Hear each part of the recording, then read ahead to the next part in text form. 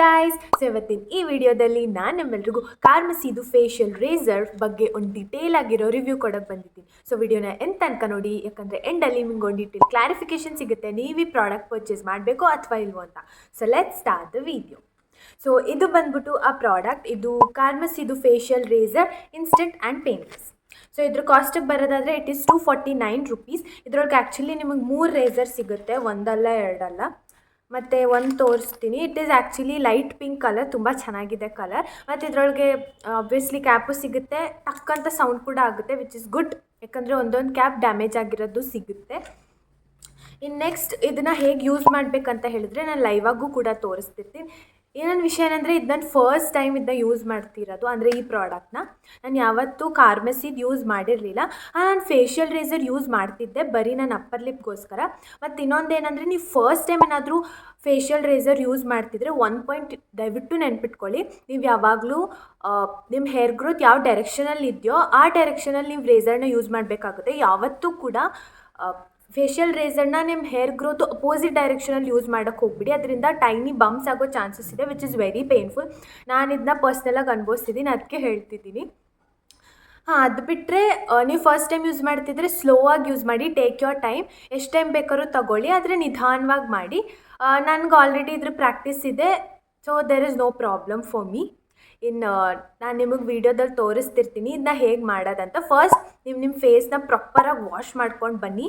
Then ಇಲ್ಲಿ mention ಮಾಡಿದ್ದಾರೆ ನೀವು ಮಾಯ್ಶ್ಚರೈಸರ್ ಹಾಕ್ಕೋಬೋದಂತ, ಅಂದರೆ ಎಲ್ಲಿ ನೀವು ಶೇವ್ ಮಾಡಬೇಕೋ ಅಲ್ಲಿ.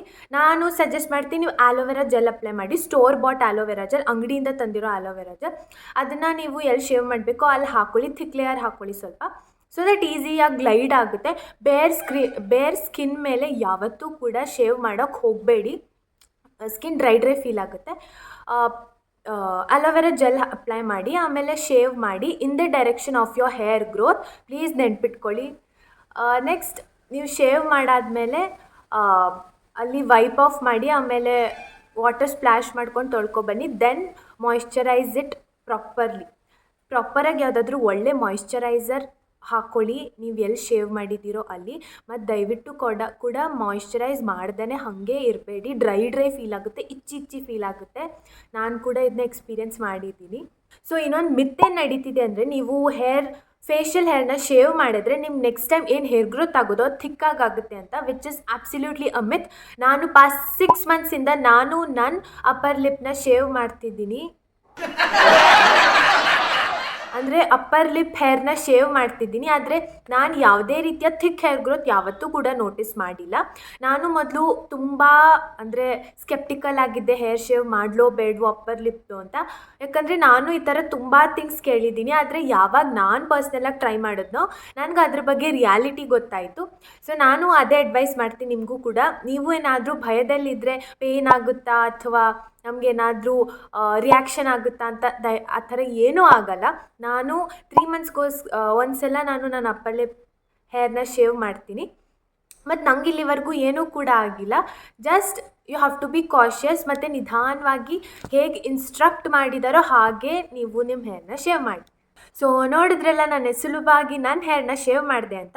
ಮತ್ತು ನೀವು ಇದ್ಕೊಂಡು ಟ್ರೈ ಕೊಡಿ. ಮತ್ತು ನಾನು ಇದ್ರ ಬಗ್ಗೆ ನನ್ನ ಎಕ್ಸ್ಪೀರಿಯೆನ್ಸ್ ಹೇಳೋದಾದರೆ ಕಾರ್ಮಸಿ ಫೇಶಿಯಲ್ ರೇಸರ್ ಬಗ್ಗೆ ಆ್ಯಕ್ಚುಲಿ ತುಂಬ ಸ್ಮೂತಾಗಿ ಗ್ಲೈಡ್ ಆಯಿತು, ಮತ್ತು ನನಗೆ ಯಾವುದೇ ಪ್ರಾಬ್ಲಮ್ ಆಗಲಿಲ್ಲ. ಮತ್ತು ನೀವು ಶೇವೆಲ್ಲ ಮಾಡಾದ್ಮೇಲೆ ಪುನಃ ಹೇಳ್ತಿದ್ದೀನಿ, ಪ್ಲೀಸ್ ಮಾಯ್ಶ್ಚರೈಸ್ ಮಾಡಿ. ಸೊ ಇಲ್ಲಿ ನಾನು ಇದಕ್ಕೆ ರೇಟಿಂಗ್ ಕೊಡೋದಾಗಿ 10 on 10, ಯಾಕಂದರೆ ಆ್ಯಕ್ಚುಲಿ ನನಗಿದು ಇದರಲ್ಲಿ ಯಾವ ಪ್ರಾಬ್ಲಮ್ಮು ಕಾಣಿಸ್ಲಿಲ್ಲ. ಸೊ ಈ ವಿಡಿಯೋನ ಇಲ್ಲಿಗೆ ಮುಗಿಸ್ತಿದ್ದೀನಿ. ಸೊ ನಿಮಗೆ ವಿಡಿಯೋ ಇಷ್ಟ ಆದರೆ ಲೈಕ್ ಮಾಡಿ, ನಿಮ್ಮ ಮುಂದೆ ಯಾವ ಪ್ರಾಡಕ್ಟ್ ಮೇಲೆ ರಿವ್ಯೂ ಬೇಕು ಅಂತ ಕಮೆಂಟ್ ಮಾಡಿ, ಹಾಗೆ ಶೇರ್ ಮಾಡಿ ನಿಮ್ಮ ಫ್ರೆಂಡ್ಸ್ ಆ್ಯಂಡ್ ಫ್ಯಾಮಿಲಿ ಜೊತೆ, ಮತ್ತು ಸಬ್ಸ್ಕ್ರೈಬ್ ಮಾಡಿ. ಅಲ್ಲಿ ತನಕ ಬಾಯ್.